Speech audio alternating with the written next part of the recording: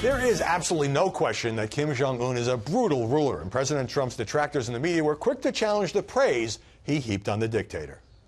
I learned he's a very talented man. I also learned that he loves his country very much. He's got a very good personality. He's funny, and he's very, very smart. He's a great negotiator. Really, he's got a great personality. He's a, funny guy. He's a very smart guy. He's a great negotiator. He loves his people. Several journalists pressing the president about dealing with such a murderous tyrant, including Bret Baier.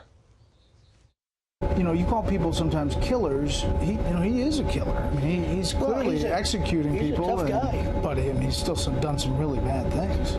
Yeah, but so have a lot of other people done some really bad things.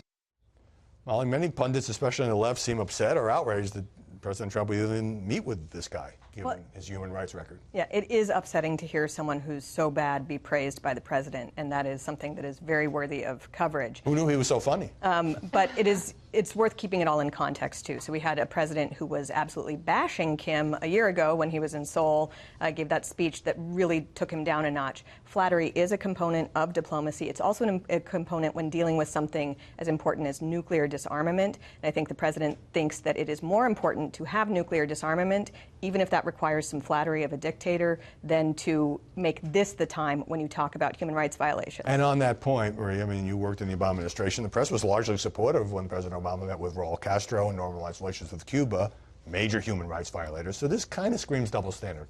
Well, what's been interesting is Republican leading commentators in the press were very critical of our administration for not, for example, raising human rights with the Iranians during the Iran nuclear negotiations. Some of those same commentators now are not saying much of anything about Donald Trump. Sounds like you're saying there's hypocrisy on both sides. Isn't that shocking, Howie? It's also on your side. Well, what's interesting is I think that Donald Trump's language, Molly's right, his language was so extreme, little rocket man, fire and fury. It's gone from one extreme to the other. Flattery can be part of diplomacy, but it was so striking, especially coming out of the G7 with our allies, where the president was so critical of someone like Justin Trudeau. Well, Justin and Trudeau. Then very nice to Kim Jong-un. But Sarah, aren't there lots of legitimate criticism being made by the press, such as this joint statement was kind of vague, didn't include anything about verification or inspections or deadlines, all to be negotiated. President didn't get much in return for suspending military exercise with South Korea. Those are not anti-Trump. I mean, those are the questions that journalists should ask. They're completely valid questions. And Molly makes a good point that sometimes flattery can be good for diplomacy. I think the questions that journalists are asking is, where's the diplomacy? If you take a look at the way that having a summit meeting with a leader that no other American president has ever talked to, that's diplomatic. It is diplomatic, but if you take a look at the agreement that's coming out of it, the statement that's coming out of it, some parts can be a little bit confusing. I mean, it says that they're going to denuclearize at the same rate that the United States is denuclearizing. I mean, that was not the point of this. It was to get North Korea to denuclearize. So there's a little bit of confusion. Even the president said it was a first step, and we will have to see what happens. But, some of this criticism comes from the right, Molly. Blogger Eric Erickson wrote that Trump antagonized the G7 and then made kissy face with a man who routinely murders his own people. Had Barack Obama done that, says Erickson, the Republicans would be demanding his impeachment. And there is truth to that. And I think that one of the things that's interesting that's happening on the right is a separation between a sort of more militaristic, neoconservative, interventionist type and people who seem to be tired of that type of approach to foreign policy. You did see a lot of the same people who criticized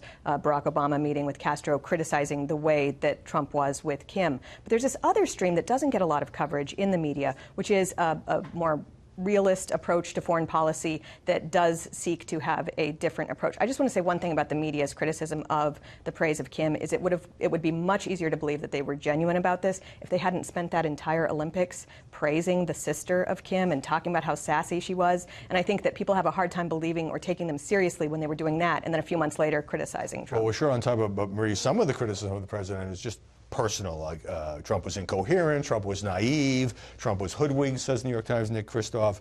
And it just reminds me of how visceral some of the coverage is about this president. Well, we have to separate out commentators, right? Nick Kristof is an opinion commentator. Right. And I think the media needs to be careful when they are criticizing diplomacy, because you can criticize the statement for being vague, short on specifics. I think it's we need to be careful not to get into personal attacks, but Donald Trump makes so much of his attacks and his commentary about everything very personal. So we're living in this age now where his language feels so personal. We in the media need to make sure we are staying focused on substance. But if that's the case, Sarah... And personality does matter, too, in diplomacy, Okay, Howie. but if that's the case, do the media fall into the trap of using extreme terms to match what they see as the president's harsh rhetoric? I mean, sometimes they might, and that's part of the problem here. We need to make sure that, as Marie was saying, as part of the media, you can distill the two. But I think at the end of the day, we did see a lot of personal attacks on the way that the president was handling this diplomacy from the media. Right. All right. One more thing that just sort of drove me crazy, and we're going to play the soundbite in which the president